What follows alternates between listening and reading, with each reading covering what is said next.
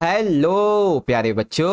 तो कैसे हो आप सब। बहुत बहुत स्वागत है आप सभी का आज की इस वीडियो में। और आज की ये स्पेशल और डिमांडेड वीडियो क्लास 9th का आपका इंग्लिश का जो सब्जेक्ट है बच्चों, इंग्लिश लैंग्वेज एंड लिटरेचर का, इसी के मिड टर्म के एग्जाम के लिए बहुत ज्यादा इंपॉर्टेंट वीडियो होने वाली है। क्योंकि जैसा कि आप सभी बच्चों को पता है कि कल यानी कि 27 सितंबर 2025 को आपका जो मिड टर्म का एग्जाम है ये होने वाला है। और इसकी तैयारी के लिए वैसे तो हमने आपको ऑलरेडी 2 सैंपल पेपर करवा दिए हैं, इवन 3 करवा दिए हैं, एक तो आज ही अपलोड किया है, ठीक है। लेकिन आप सभी बच्चों की बहुत ज्यादा डिमांड आ रही थी कि सर जी आप हमें प्रीवियस ईयर का यानी कि 2024 और 25 का जो क्वेश्चन पेपर है वो भी दिखा दीजिए और उसका बहुत अच्छे से सॉल्यूशन भी करवा दीजिए, ताकि हमारी कल के पेपर की यानी कि 27 तारीख के पेपर की हमारी जो प्रिपरेशन है वो और इंक्रीज हो जाए। और बच्चों आपकी डिमांड आए हम वीडियो ना बनाए, ऐसा हो सकता है क्या? तो प्यारे बच्चों इस वीडियो में हम लोग 9th क्लास का प्रीवियस ईयर का क्वेश्चन पेपर देखने वाले हैं और इसको बहुत अच्छे से सॉल्व करके समझने वाले हैं। इसीलिए मैं कह रहा हूं बच्चों ये सेशन आपका मिनिमम 50 मिनट से लेके 1 आवर तक का बनने वाला है, तो बिल्कुल एंड तक इसको देखिएगा, काफी अच्छी तैयारी आपकी करवा दूंगा, ठीक है। चलो बच्चों शुरुआत करेंगे। तो आप सभी को पता है पेपर 3 घंटे का होगा, 80 नंबर का पेपर आएगा, 11 क्वेश्चन होंगे, 3 सेक्शन पेपर में होंगे बच्चों। सेक्शन ए रीडिंग का 20 marks, section be writing skill and grammatical part 20 marks और सेक्शन सी लिटरेचर का 40 मार्क्स। बच्चों वीडियो स्टार्ट करने से पहले आप सभी प्यारे बच्चों को जिनका भी कल पेपर होने वाला है, आप सभी को wish you all the very best आपके मिड टर्म के एग्जाम के लिए। ओके बच्चों, ये वीडियो मॉर्निंग और इवनिंग दोनों ही शिफ्ट के लिए रहने वाली है। तो चलो शुरू करेंगे। ओके देखो बच्चों ये है हमारा यहाँ पे सेक्शन नंबर ए जो कि है रीडिंग का। आपको यहाँ पे मैं मार्किंग स्कीम भी दिखा देता हूँ एक बार। ये मार्किंग स्कीम है 2024-25 की और यहाँ पे मैं सॉल्यूशन करके आपको बताने वाला हूँ, ठीक है। तो प्यारे बच्चों यहाँ पे हमारा जो सबसे पहला क्वेश्चन है, question number 1, read the passage given below, 10 marks का रहेगा ये, है ना। तो यहाँ पे देखो पैरा नंबर 1 है, पैरा नंबर 2 यहाँ पे दे रखा है आपको, ठीक है। मैं क्या कह रहा हूँ ध्यान से सुनना, ये जो पैराग्राफ है जब आप इसे पढ़ोगे, ठीक है, पहला दूसरा तीसरा चौथा पांचवा और छठा पैराग्राफ, ठीक है, इसको पढ़ने के बाद ही आप इन क्वेश्चन के आंसर दे पाओगे। मैं आपको पैसेज जो है ना, पैसेज इनके क्वेश्चन के जो आंसर है ये डायरेक्टली बताता हुआ जाऊंगा, ठीक है, क्योंकि इसको पढ़ने में और फिर इसको सॉल्व करने में काफी टाइम लगेगा, तो सीधा आंसर बता देता हूं। आप इसकी प्रैक्टिस कर लेना खुद से पढ़ के, बाकी आपको ग्रामर, आपकी राइटिंग, आपके जितने भी इंपॉर्टेंट क्वेश्चन वाले पार्ट हैं वो आपको मैं समझाऊंगा अच्छे से, ठीक है। तो जैसे कि यहाँ पे पहला क्वेश्चन है हमारा कि infer one main benefits of recycling paper as mention in the passage. तो पैसेज में बच्चों जो मेंशन किया गया वो है it reduce the number of trees cut down, ठीक है। एक बेनिफिट क्या है बच्चों कि अगर हम जो रिसाइकलिंग पेपर है इसका उपयोग करेंगे तो वो ये है कि it reduce the number of trees cut down, ठीक है, इससे पेड़ काटने कम हो जाएंगे, ठीक है। अब यहाँ पे थोड़ा सा वीडियो की क्वालिटी आप अपनी बढ़ा लेना बच्चों, 1080p पे कर लेना तो आपको थोड़ा ढंग से दिखेगा। यहाँ पे लिखा है कि आपको बताना है state whether the following statement true और फॉल्स। क्या है कि using recycling paper increase landfall landfill waste, यानी कि रिसाइकिल पेपर अगर हम यूज करते हैं तो क्या इससे लैंडफिल वेस्ट बनता है, बढ़ता है क्या? तो ये है फॉल्स, गलत है, नहीं बढ़ता है, ठीक है। अब तीसरा क्वेश्चन है बच्चों कि based on the reading of the passage examine the concept of turning trash into wealth. क्या है बच्चों? टर्निंग ट्रैश इनटू वेल्थ, इसके बारे में आपको यहाँ पे लिखना है। तो क्या लिखेंगे बच्चों? आंसर आपका इस तरीके से रहेगा, इसमें से एक पॉइंट ये, एक पॉइंट ये, एक पॉइंट ये, इन तीनों में से आपको कोई भी एक पॉइंट यहाँ पे लिख के बताना है, कोई भी एक, ठीक है। उसके बाद fourth, find a word from para number 2 which means as same warning based. तो आपका जो पैरा नंबर 2 है उसमें एक वर्ड यूज किया गया है वर्निंग बेस्ड, तो इसका सेम मीनिंग क्या है बच्चों? सेम मीनिंग वाला होगा यहाँ पे ये वाला जो वर्ड है आपका ये रहेगा, ठीक है। क्वेश्चन नंबर 5 देखेंगे बच्चों कि discuss the role of educational institutions in promoting paper recycling, ठीक है। पेपर रिसाइकलिंग में जो एजुकेशन इंस्टीट्यूशंस हैं इनका क्या रोल है, तो ये भी दे रखा है आपके पैसेज में। तो रोल देखो बच्चों यहाँ पे पहला है, दूसरा, ठीक है, इन तीनों में से कोई भी आपको एक ले देना है। जैसे कि educational institution play a crucial role in promoting paper recycling by educating student on the importance of recycling, ठीक है, उनको पढ़ा के कि भाई इंपॉर्टेंस क्या है रिसाइकलिंग की, है ना। टीच देम कि how to create various paper products such as teaching aids, ठीक है, इस तरीके से, और आप ये लिख देंगे, है ना। तो जब आप इसको पढ़ेंगे अच्छे से तो आपको सारे आंसर मिल जाएंगे। ओके, फिर आता है यहाँ पे question number 6, complete the sentence appropriately. तो क्या सेंटेंस है? Instilling the value of using recycled paper in children can be achieved. ठीक है, तो क्या अचीव कर सकते हैं बच्चों? तो 6 होगा when parents adopt small modifications to their life style. Okay, तो 6 का क्वेश्चन ये हो जाएगा। अब 7th में है बच्चों, the passage includes some words that are opposite of each other from the sets A to C below, identify 2 sets of anatomist. तो यहाँ पे कौन सा जो है वो एक तरीके से अपोजिट है? तो अपोजिट में एक तो A वाला है minimise and increase, and second है क्या नाम, डिस्क्रेडिट एंड अडॉप्टिंग, है ना, ये 2 है बच्चों। तो A वाला हो जाएगा और यहाँ पे आपका अभी कौन सा था हमारा, ये D वाला हो जाएगा। ठीक है, ये अपोजिट आ जाएंगे। क्वेश्चन नंबर 8 है बच्चों कि what is the impact of increase in global population on natural resources. तो बच्चों क्या इम्पैक्ट है कि ग्लोबल पॉपुलेशन और नेचुरल रिसोर्स जो इस पे पड़ रहा है, ठीक है ना, वो है बच्चों there is an increased burden on natural resources. ठीक है, जैसे जैसे पॉपुलेशन बढ़ रही है इससे क्या असर पड़ रहा है बच्चों? There is an increased burden बढ़ता जा रहा है नेचुरल रिसोर्सेज पे। ठीक है, तो आपका 8वां आंसर यहाँ पे ये हो गया। तो बस बच्चों 10 नंबर का क्वेश्चन आपका ऐसा ही आने वाला है जो कि मैंने आपको करा दिया। अब जो हमारा सेकंड पैसेज है इसका भी आप आंसर देख लो एक बार। क्वेश्चन नंबर हमारा सेकंड है, यहाँ पे थोड़ा आपको अच्छे से दिख जाएगा। ये आपका पैसेज 1 है, ये पैसेज यानी पैरा नंबर 2, ये पैरा नंबर 3 है आपका, यहाँ पे पैरा नंबर 4 है। ये दरअसल क्या है कि एक थोड़ा सा डेटा बेस्ड है, तो मैंने आपकी प्रैक्टिस करवा रखी है बच्चों डेटा बेस्ड पैराग्राफ की भी। अब यहाँ पे क्वेश्चन क्या बनता है? क्वेश्चन हमारा पहला ये है कि कंप्लीट द फॉलोइंग क्या नाम है analogy appropriately based on your understanding of paragraph 1 and 2। 1 and 2 के माध्यम से बताना है।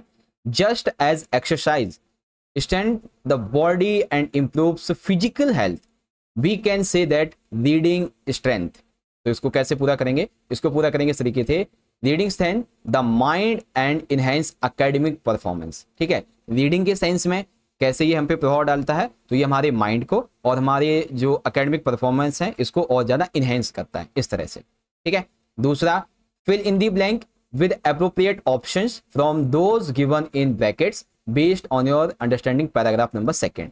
The statement that reading prompt crucial thinking, critical thinking and creativity is or an fact opinion because it is an subject judgment object detail। अब यहाँ पे क्या आएगा बच्चों दरअसल? तो जो दूसरा है इसमें 2 वर्ड आएंगे, एक तो ओपिनियन आ जाएगा यहाँ पे, ठीक है, इसमें 2 दे रखा है, ओपिनियन आ जाएगा और यहाँ पर सब्जेक्ट जजमेंट आ जाएगा, सब्जेक्टिव जजमेंट, है ना, ये वाला। इसी तरीके से आप देख सकते हैं question number 3, question number 4, 5th and 6th ये हैं आपके क्वेश्चन। ठीक है, और इन सभी के जो आंसर्स हैं, क्वेश्चन नंबर 3 के आंसर ये हैं। ठीक है, 4 का आंसर आपका 60% है, फिर आपका 5th का आंसर ये हो जाएगा। ओके, और फिर 6, 7, 8 ये आपके क्वेश्चन है और यहाँ पे मैंने आपको सारे आंसर बता भी दिए। ये 7वां हो गया, ये आपका यहाँ पे 8वां हो गया। अब मैंने देखो क्या किया, क्वेश्चन 1 एंड क्वेश्चन 2 ये थोड़ा सा आपको जल्दी बता दिया। अब जो हमारे लिए सबसे ज्यादा जरूरी है वो है section number B, grammatical part. ठीक है, अब देखो आपकी ये जो है ना मार्किंग स्कीम, इसमें राइटिंग के लिए जो एक फॉर्मेट है उसके मार्क्स दे रखे कि कैसे कैसे आपको मार्क्स मिलने हैं। ठीक है, राइटिंग के लिए ग्रामर की सारी चीजें आपको मैं समझा दूंगा। जैसे कि यहाँ पे देखो बच्चों क्या है, सेक्शन हमारा B है, ग्रामर का पहले आएगा हमारा 10 नंबर का, फिर आपका राइटिंग क्या आएगा 10 नंबर। तो ग्रामर में है कि complete any 10 of 12 the following task as directed. तो बच्चों क्या दिया गया है, ध्यान से देखो। पहला क्वेश्चन है fill in the blank by using the correct form of the word in the bracket from the given portion of a letter. तो लेटर है dear sir I am write as concern citizen to bring the condition of the community park to your kind notice. तो यहाँ पे हमें right की जगह क्या लिखना होगा वो हमें यहाँ पे चूज करना है, यानी कि लिखना है दरअसल। तो राइट की जगह हम लिखेंगे बच्चों राइटिंग, क्योंकि हम लेटर को लिख रहे हैं। ठीक है, लेटर लिखता नहीं, लेटर लिख रहे हैं, कंटिन्यू होता है ना। तो यहाँ पे क्या आ जाएगा, ING जुड़ जाएगा बस। ओके, सेकंड क्वेश्चन क्या है बच्चों कि read the given sentence from the article, identify the error and supply the correction in the sentence.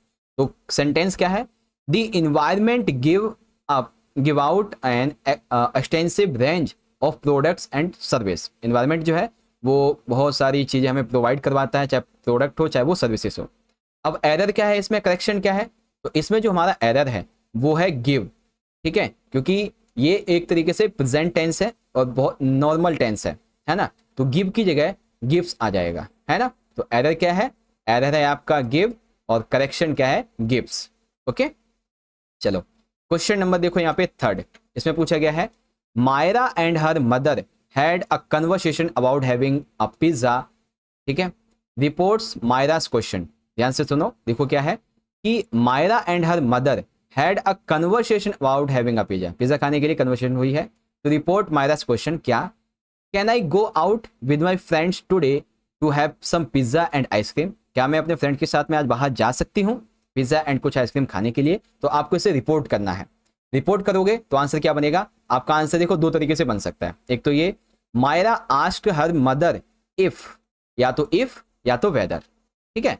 तो Myra asked her mother if whether she could go out with her friends that day to have some pizza and ice cream, ठीक है, आपका answer ये बनेगा।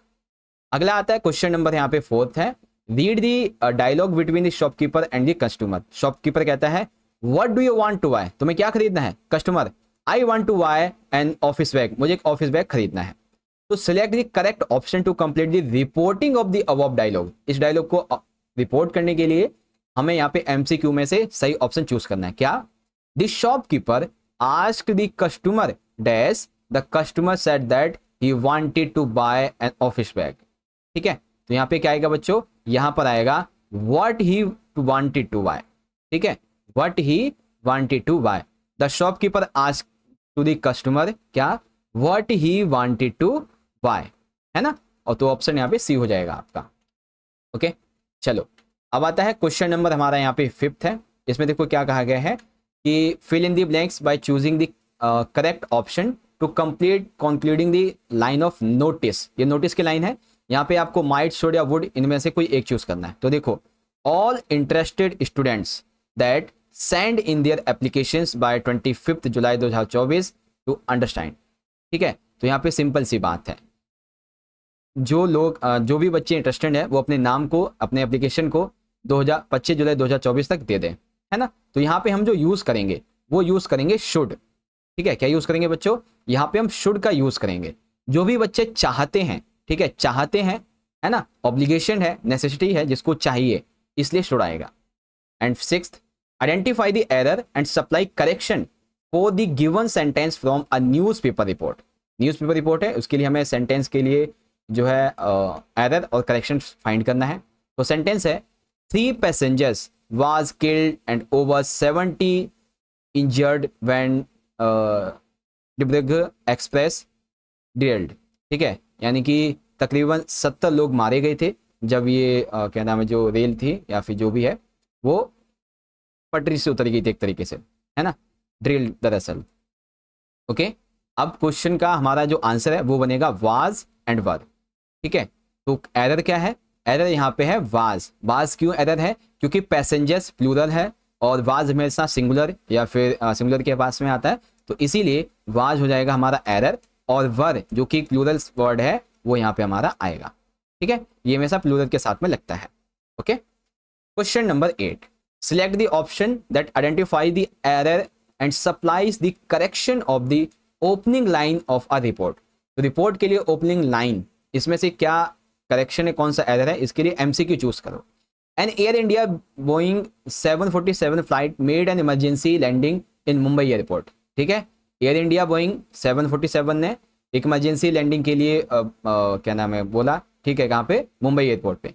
तो यहाँ पे क्या इसमें से एरर है, तो एरर है बच्चों हमारा डी, इन और एट, ठीक है। एरर क्या है, एरर है हमारा इन और करेक्शन है एट। क्यों बच्चों, क्योंकि मुंबई एयरपोर्ट में नहीं बल्कि मुंबई एयरपोर्ट पर, है ना, इस तरीके से, दैट्स वाई यहाँ पे हमारा डी है। क्वेश्चन नंबर 7 हो गया, 8 है, complete the given slogan filling in the blank with the correct option. तो आपको यहाँ पे इस स्लोगन को पूरा करना है। Women is not just the right thing to do, it's the smart thing to do, ठीक है।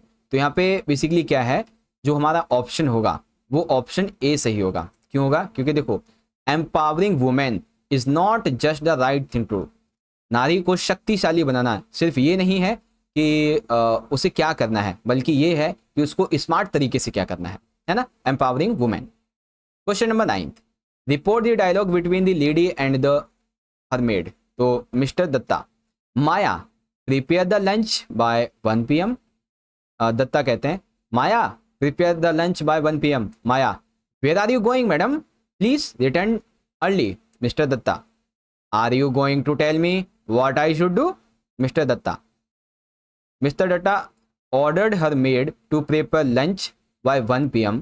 Maya respectively asked Miss Datta where she was going and request her to return early. Miss Datta scolded her by asking, ठीक है, by asking के बाद में क्या आएगा? Asking if she was going to tell her what he should do, ठीक है, if she was going to tell her what she do, है ना? तो यहाँ पे हमारा क्या हो जाएगा? इस तरीके से। फिर है क्वेश्चन नंबर 10, इसमें कहा गया है कि fill in the blank by choicing correct option to complete the concluding the line from analytical paragraph. कैसे? Overall world food consumption largely dash of processed food, ठीक है। वर्ल्ड फूड की अगर हम बात करें कंजप्शन की, तो ज़्यादातर यहाँ पे प्रोसेस फूड को कंजप्शन किया जाता है। यहाँ पे क्या होगा? 10th का ऑप्शन बी कॉम्प्राइज, ठीक है, कॉम्प्रेसाइज। तो यहाँ पे हो जाएगा आपका comprises. Okay. Question number 11, complete the given narrative filling in the blank with the correct option. क्या दे रखा है?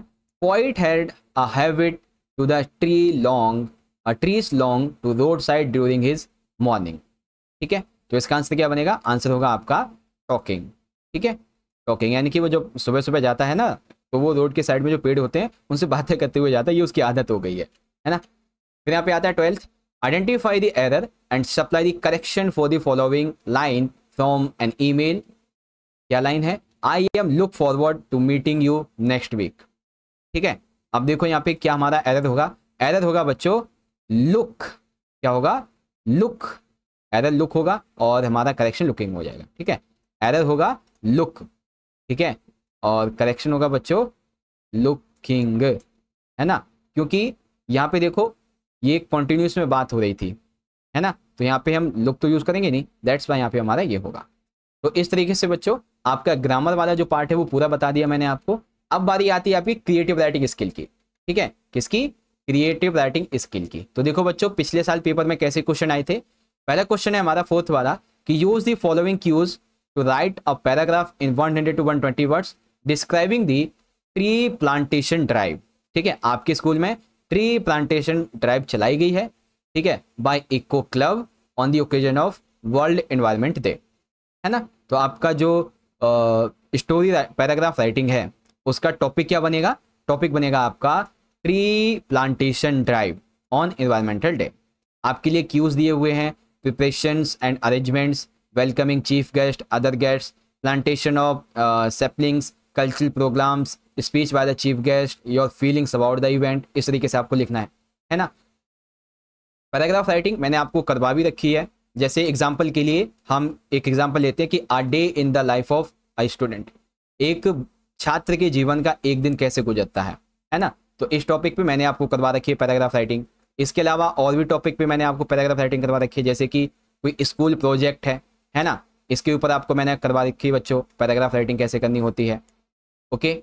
एक और टॉपिक अगर हम ले लें तो एक पैराग्राफ राइटिंग इस पे कि the impact of social media on communication, है ना। तो इस तरीके से आपने लिखना है। तो वही चीज़ है कि जो आपका टॉपिक है ना ये वाला ट्री प्लांटेशन ड्राइव, इस पे आपको जो भी समझ में आता है वो लिखो, लेकिन कैसे?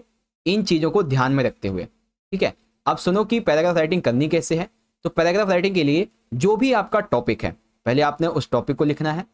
टॉपिक से संबंधित जैसे कोई अगर इवेंट है तो उसके बारे में उसका date, day, time, place, chief guest कौन थे, कुछ इंपॉर्टेंट चीज़ हुई है तो वो बताइए, कोई डेडलाइन थी या कोई आपने कुछ सीखा, क्या जाना, आपका क्या एक्सपीरियंस था वो बताइए। ऐसे करके लिखना होता है, ठीक है। फिर यहाँ पे क्वेश्चन नंबर बी था कि right a paragraph in 100 to 120 words describing school picnic, ठीक है।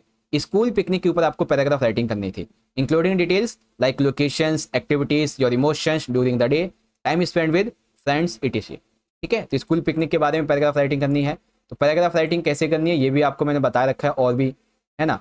अब यहाँ पे जैसे एक पैराग्राफ राइटिंग और है, the impact of climate change on the environment, है ना, आपके उसी से जुड़ा हुआ। ठीक है, ये तो डायरी एंट्री है। एक और होगी पैराग्राफ राइटिंग, हाँ ये वाली है एक, the role of technology in education, ऐसे करके, है ना। तो आपका टॉपिक देखो एग्जाम में जो आया हुआ है वो तो स्कूल पिकनिक है, इसके अलावा मैंने आपको बहुत सारे टॉपिक करवा रखे हैं। ओके, अब यहाँ पे जो अगला टॉपिक है बच्चों वो है question number 5। You show a young boy working as a servant on a road side shop while going to your school day. जब आप स्कूल जा रहे थे तो आपने एक सर्वेंट को देखा जो कि रोड साइड था। ठीक है, एक लड़का था जो कि काम कर रहा था रोड साइड। तो जब आपने उसे देखा तो आपने उसके बारे में जो महसूस किया, ठीक है, उसी से संबंधित आपको अपनी एक डायरी एंट्री जो है वो यहाँ पे बनानी है।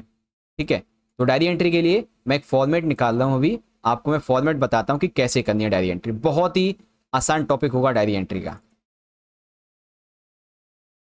ओके, तो डायरी एंट्री निकालता हूँ मैं पहले। ये तो नोटिस का फॉर्मेट है। देखो डायरी एंट्री आपको कैसे करनी है, आप उसका फॉर्मेट समझ लो एक बार। डायरी एंट्री के लिए सबसे पहले आपको लिखनी है हेडलाइन। ठीक है, ऑप्शनल है लेकिन लिख देते हैं तो ज़्यादा अच्छा रहेगा। ठीक है, पहली चीज। दूसरी चीज याद रखनी बच्चों आपको, DDTP। क्या रखनी है, DDTP, यानी कि डेट डे टाइम प्लेस, ये याद कर लेना। ठीक है, डेट डे टाइम प्लेस। तो यहाँ पे आपने डेट डे लिख दिया, टाइम लिख दिया, प्लेस लिख दिया।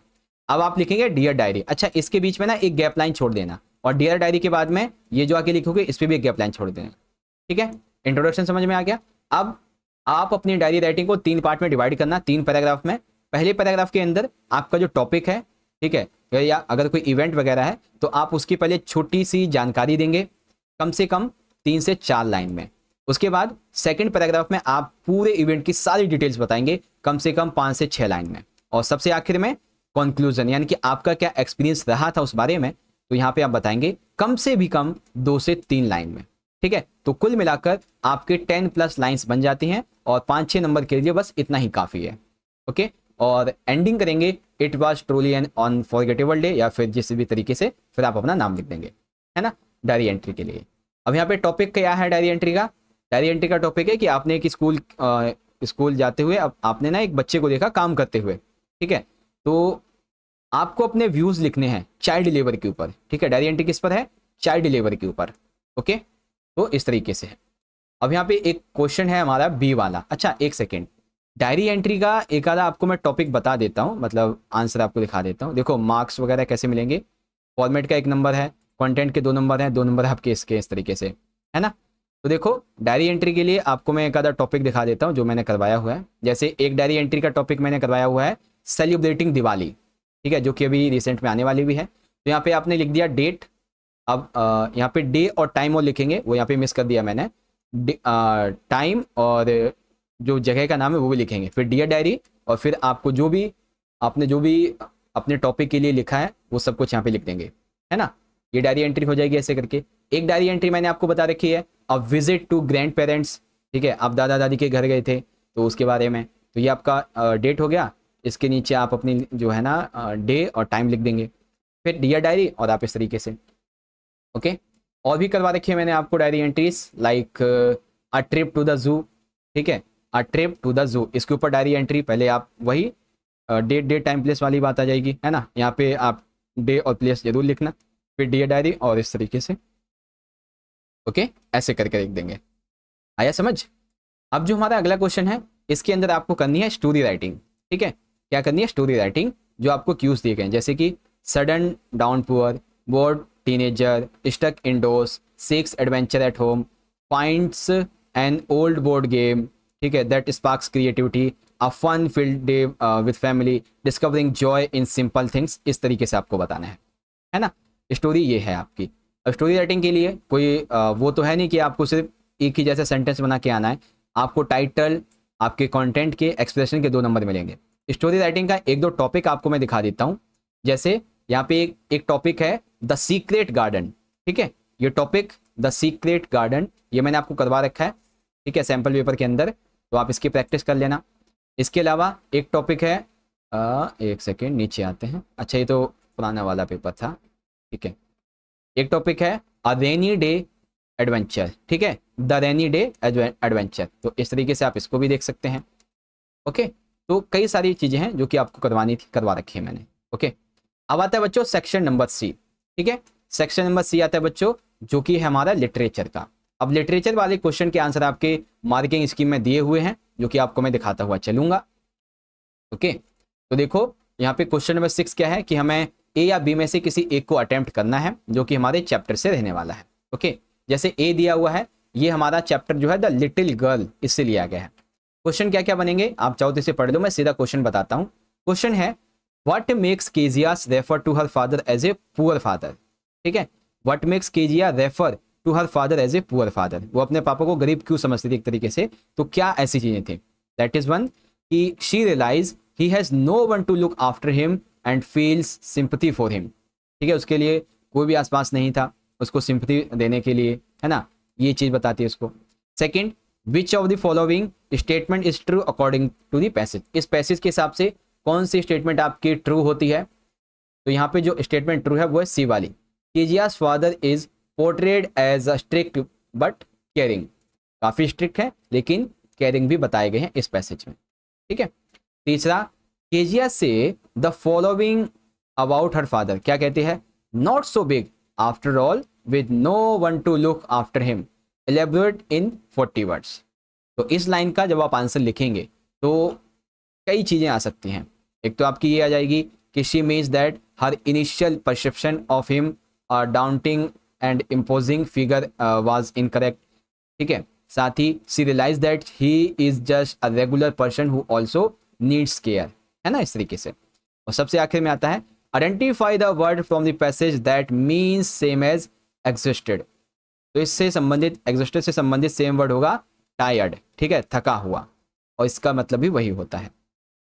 अब यहाँ पे आपकी जो सेकंड बुक है उससे लिया गया बच्चों आपका passage the adventure of Toto. क्या नाम है चैप्टर का? The adventure of Toto. ये चैप्टर काफी अच्छा है ना। तो देखो क्वेश्चन क्या बनते हैं। क्वेश्चन है हमारा सबसे पहले कि complete the following with one word. एक वर्ड में फॉलो आपको इसे भरना है। The ticket collector confuse Toto with a. ठीक है, वो किस वजह से, किसके साथ में बेसिकली बहुत ज्यादा कंफ्यूज हो गया था? डॉग। ठीक है, वो टोटो को डॉग समझ बैठा था, दैट्स व्हाई कंफ्यूज हो गया था। Justify grandfather's frustration with the ticket collector's classification of Toto as dog. जब कहा ये टोटो, ये कुत्ता तुम्हारा, इस तरीके से, तो वो फ्रस्ट्रेशन हो गए। तो आपको इसे जस्टिफाई करना है। तो कैसे जस्टिफाई करोगे? Grandfather is justified in his frustration because he knows Toto is a monkey not a dog. उसे उन्हें पता था ये कोई कुत्ता नहीं है, ये मंकी है। He tries to communicate with a ticket collector stating that Toto is not a dog or a quadruped but his reason are ignored। लेकिन उसका रीजन इग्नोर कर दिया गया। उन्होंने चाहा बात करना लेकिन टिकट कलेक्टर ने थोड़ा सा वो उसके ऊपर कुछ ध्यान नहीं दिया, है ना। अगला तीसरा question, what is the meaning of by taken aback as stated in the extract. तो टेकन अबैक ये किसके लिए उपयोग किया गया है? ये उपयोग किया गया है, taken aback refers a state of surprise और शक।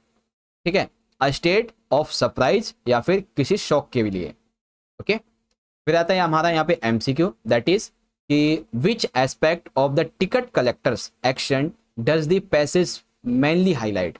इस पैसेज में जो मेनली हाईलाइट किया गया वो है he is strict adherence to rules. वो अपने रूल्स के लिए बिल्कुल स्ट्रिक्ट है। ठीक है, सत्यवादी एक तरीके से। तो यहाँ पे आपका बी वाला ऑप्शन ठीक होगा। ओके बच्चों, तो इस तरीके से हमारा ऑप्शन भी हमारा यहाँ पे राइट हो जाता है। आगे आता है क्वेश्चन नंबर 7 जो कि हमारी पोयम से रहने वाला है। सारे क्वेश्चन के आंसर को देखेंगे तो पहली जो पोयम है वो ली गई है द रोड नॉट टेकन से।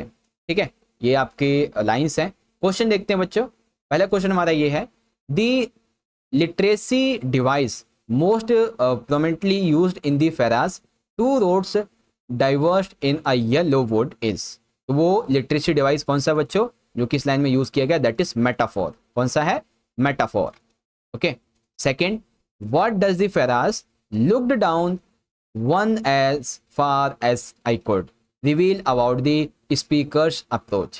ठीक है, looked down one as far as I could। तो यहाँ पे किस चीज को ये रिवील करता है? स्पीकर की अप्रोच को। तो ये करता है बच्चों the speaker carefully examine one path, उसने केयरफुली किसी एक रास्ते को चुना। Look down one as far as I could, उसने बड़े ध्यान से एक रास्ते का चयन किया। ठीक है, तीसरा question, what does the imaginary, ठीक है, या फिर imagery, where is the bent in the undergrowth suggest about the choose path, answer in the 40 words. तो उसने जो अपना रास्ता चुना उसके बारे में आपको यहाँ पे लिखना है। तो कैसे लिखेंगे, पहला पॉइंट और ये आपका दूसरा पॉइंट, देख सकते हो बच्चों। ठीक है, फिर यहाँ पे आता है सबसे आखिरी क्वेश्चन कि what does phrase yellow wood suggest about the setting in the poem. तो येलो वुड यहाँ पे क्या दर्शाता है इस पोयम में, तो येलो वुड जो है a forest with yellow leaves indicating the Ottoman season, क्या दर्शाता है बच्चों, a forest with yellow leaves that is indicating Ottoman season. Okay, इस तरीके से लिखेंगे। चलो अब आते हैं हमारा यहाँ पे क्वेश्चन नंबर बी। बी के अंदर है हमारी जो पोयम थी रेन ऑन द रूफ, इसके बारे में ये आपकी लाइन्स हैं सारी की सारी जिसे आपको पढ़ना है। क्वेश्चन के आंसर को देखते हैं बच्चों अच्छे से। तो क्वेश्चन हमारा 1 है, what do rain drops evoke in the speakers mind. Rain drops speaker के माइंड में क्या उत्पन्न करने, एक तरीके से क्या इंडिकेट करती हैं। Rain drops evoke 1000 dreamy fancies and recollections. ठीक है, वो उनके दिमाग में हजारों सपने और कई सारी चीज़ों को रिकलेक्शन करने की उम्मीद जगाती है ना, सपने सजाती है। According to the poem, what effect does the sound of rain on the shingles have on the heart. ठीक है, क्या इफेक्ट पड़ता है साउंड का, that is it creates echoes in the heart, वो उसके क्या नाम है, दिल में एक तरीके से काफ़ी ज़्यादा। तो ये हो गया आपका। उसके बाद में अच्छा, इसका आंसर कहाँ गया, हाँ सी वाला हो जाएगा, है ना, ये रहा, it creates echoes in the heart. फिर यहाँ पे तीसरा आता है बच्चों, describe shingles, how is the thinking sound on shingles created, answer in the about 40 words. तो बच्चों इसका आंसर आपने इस तरीके से लिखना है जो कि यहाँ पे देख सकते हैं। और सबसे आखिर में आता है हमारा fill in the blank with 1 word. तो यहाँ पर जो आपको भरना है वो रहेगा आपका मेमोरीज या फिर रिकलेक्शंस। ओके, इस तरीके से। अब आता है बच्चों हमारा अगला क्वेश्चन। ओके, तो चलो बच्चों अब हम डिस्कस करते हैं क्वेश्चन नंबर 8 को। इसके अंदर हमें टोटल 4 क्वेश्चन का आंसर करना है, जिसमें 3-3 नंबर के हमारे 5 क्वेश्चन हैं। ठीक है, 40 से 50 वर्ड्स में। तो पहला क्वेश्चन हमारा ये है कि discuss the impact of technology on education in the fun they had. ये जो आपका चैप्टर है इसके अंदर क्या इम्पैक्ट हो सकता है टेक्नोलॉजी का एजुकेशन के ऊपर, ये हमें बताना है। हाउ डज इट अफेक्ट मार्गी एंड टॉमीज लर्निंग एक्सपीरियंस। ठीक है, और ये किस तरीके से मार्गी और टॉमी का जो लर्निंग एक्सपीरियंस है उसे और अच्छा बना सकता है या फिर इफेक्ट करेगा। ठीक है, अच्छा है बुरा वो बताना है। ठीक है, तो यहाँ पे आप देखेंगे ये रहा आपका क्वेश्चन नंबर 8 का पहला वाला क्वेश्चन। ओके, तो कैसे लिख सकते हैं, टेक्नोलॉजी इन्फ्लुएंसेस मार्गी एंड टॉमीज लर्निंग, इन्फ्लुएंस करेगा। ठीक है, मैकेनिकल लेटर जो डिलीवर्स हैं वो इजीली, लेसन जो हैं वो आसानी से डिलीवर होंगे। ठीक है, lesson based on students level of understanding, जो लेसन्स हैं वो बेस्ड होने चाहिए किसके, स्टूडेंट्स के लेवल ऑफ अंडरस्टैंडिंग के। ठीक है, Margie and Tommy's don't interact with peers और human teacher, result is rigid learning. ठीक है, इसके अलावा और भी आपका पॉइंट हो सकता है इसके अंदर, है ना, आपको पॉइंट में नहीं, आपको पैराग्राफ में आंसर राइट करना है। फिर दूसरा क्वेश्चन है, how did Evelyn parents become aware of her deafness the sound of music. ठीक है, यानी कि एवलिन के जो पेरेंट्स थे वो कैसे एवलिन के बारे में इस चीज़ के लिए अवेयर हुए। ठीक है, तो कैसे बच्चों, तो यहाँ पे ये पॉइंट दिए हुए हैं, आपको इस तरीके से आंसर लिखना है। ठीक है, आप देख सकते हैं।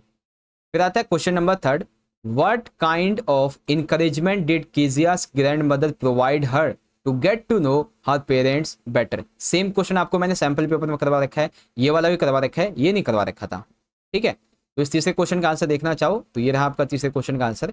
यहाँ पे तो वैसे पॉइंट में लिखा है मार्किंग स्कीम में, लेकिन आपको यहाँ पे पैराग्राफ राइट करना होगा। ठीक है, ज़्यादा नहीं, 4 से 5 लाइन का, इससे ज़्यादा नहीं। फिर यहाँ पे चौथा क्वेश्चन कि how did Einstein react to the bombing of Hiroshima and Nagasaki. Same question और बहुत ईजी क्वेश्चन है, आपको सैंपल पेपर के अंदर हमने करवा रखा है। अगर यहाँ पे आंसर करेंगे तो वाज शॉक्ड एंड डिवास्टेड, बहुत ही शॉक हो गया था, बहुत दुखी हो गया था। Wrote a missive to United Nation, उसने मैसेज लिखा किसे, यूनाइटेड नेशन को। Suggested that there should be a world government, और कहा कि एक विश्व सरकार भी होनी चाहिए, ऐसा कुछ, ठीक है ना, ऐसे करके। फिर पांचवा क्वेश्चन है, do you think the narrator in the story the snake and the mirror is financially well of, ठीक है, क्या वो फाइनेंशियली अच्छा था? तो कैसे लिखेंगे इसका आंसर? तो लिखेंगे no, the narrator is not financially well off, lived in a small rented room, वो एक स्मॉल रेंटेड रूम में रहता था, room did not have a ceiling fan, उसमें सीलिंग नहीं थी, ठीक है, had a light the kerosene lamp, वहाँ पे कैरोसिन लाइट के लिए कैरोसिन लैम्प था, इलेक्ट्रिसिटी नहीं थी, इयरिंग्स वर मेजर, ठीक है, और यहाँ पे कुछ some T shirt, dhotis and black coat कुछ इस तरीके से पड़े हुए थे, है ना। तो एक तरीके से गरीबी के हालात थे, ऐसे कह सकते हो, है ना।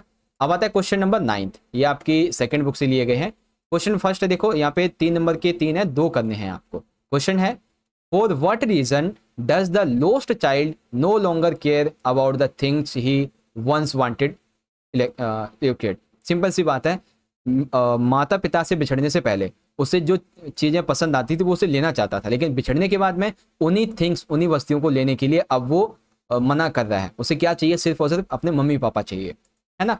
तो आंसर आपको ऐसे लिखना है, सेपरेटेड फ्रॉम हिज पेरेंट्स, जैसे सेपरेट हुआ, फियर एंड डेस्परेशन उसका बढ़ गया, initially fascinated by toy sweets balloons, अब जो पहले बहुत ज़्यादा अट्रैक्ट हो चुका था टॉयस बलून से, स्वीट से, रियलाइज ही इज लॉस्ट, अब वो सोच रहा था अब वो सब खो चुका है, attraction loss appeal, focus shift to finding parents, सब कुछ भूल भाल के, सब कुछ त्याग के वो क्या सोच रहा था? बस और बस कि बस उसके मम्मी पापा से मिल जाए, फाइंड कर रहा था, ठीक है।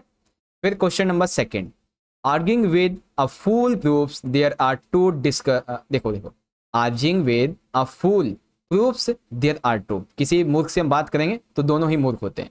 Discuss with reference the story in the kingdom of fools, ठीक है। तो कैसे लिखेंगे बच्चों?